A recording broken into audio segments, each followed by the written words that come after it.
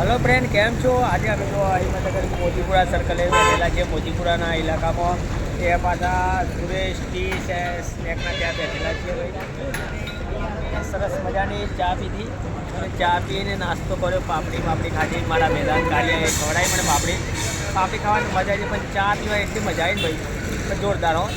ચા પીધી એટલે એકદમ મગજ ફ્રેશ થઈ ગયું અને મગજ ઉપર થોડો ભાર જેવું લાગતું હતું, એ પણ થોડું ઓછું થઈ ગયું. ભાઈ એટલી મજાની ચા બનાવી હતી. ચા પીવાથી આખું મગજ ફ્રેશ થઈ ગયો મારું વાલા.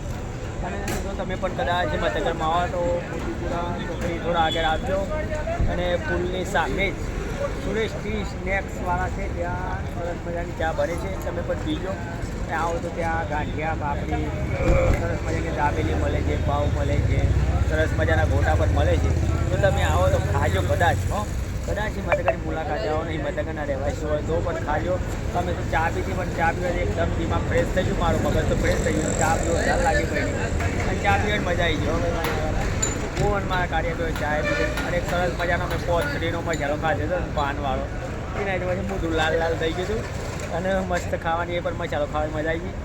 બસ હવે ઘરે જવાની ઇંતજારમાં છે. અમે ઘરે નીકળીએ. હો ભાઈ, બધાને જય માતાજી, જય માતાજી.